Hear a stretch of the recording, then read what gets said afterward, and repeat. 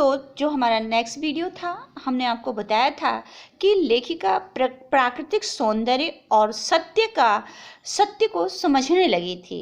प्राकृतिक सौंदर्य और सत्य क्या है, जीवन का सत्य क्या है, किस चीज से जुड़ा हुआ है, ये समझने लगी थी। इसके आगे की जीवन की अनंतता का प्रतीक व झरना उन अद्भुत अनूठे क्षणों में मुझे जीनव की शक्ति का एहसास हो रहा था। इस कदर प्रतीत हुआ कि जैसे मैं स्वयं भी देश और काल की सरहदों से दूर बहती धारा बहने लगी हूँ।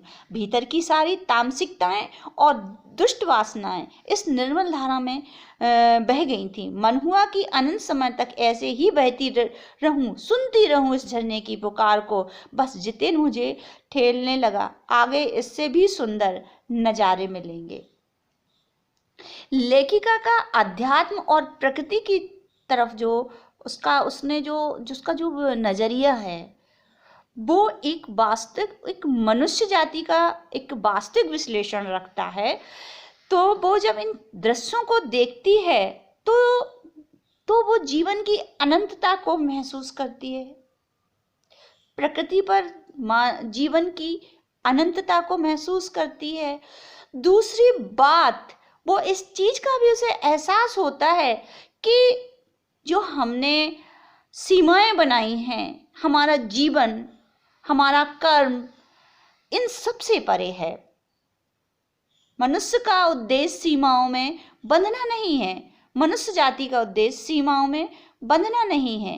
कल्याण की भावनाओं को सीमित स्थान पर या सीमित लोगों पर ही दिखाना एक उचित व्यवस्था नहीं है मनुष्यों द्वारा की गई। तो वो इसी बात को वो महसूस करती है और मुझे उसकी मनुष्य की ताकत का एहसास भी होता है। शायद उसे ये भी लग रहा है कि जो हमने सीमाएं बना रखी हैं वो गलत हैं।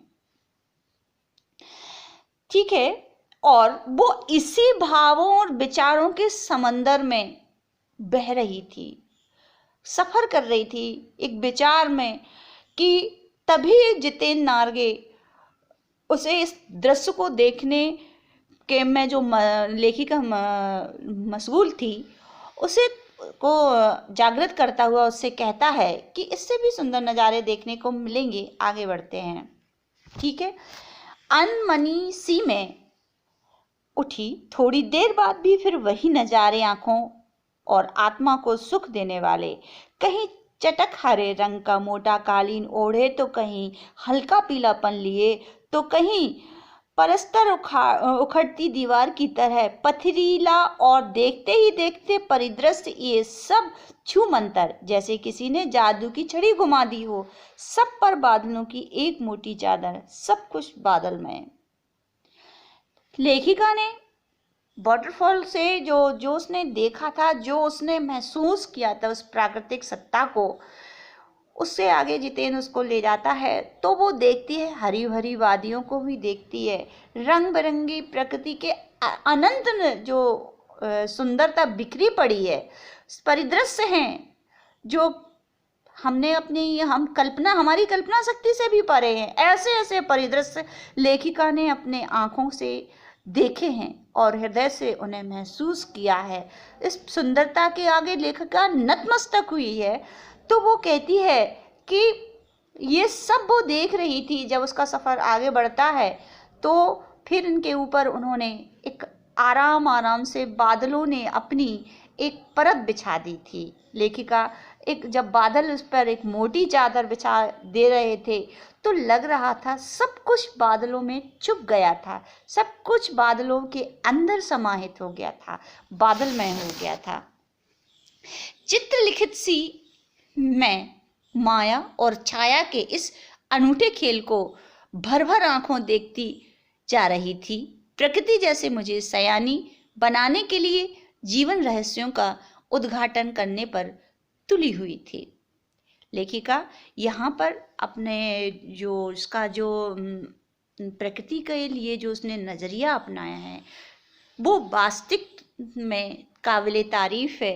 क्योंकि लेखिका ने ये सफ़र जो मौज मस्ती के लिए नहीं, बल्कि एक शैक्षणिक दृष्टि से प्रकृति की जो क्रियाकलाप हैं उसको समझने के लिए, क्या है ये प्रकृति, इसको समझने, मनुष्य का स्थान क्या है, जीवन की वास्तविकता क्या है, ये सब समझने के लिए उसने अपनी यात्रा की थी।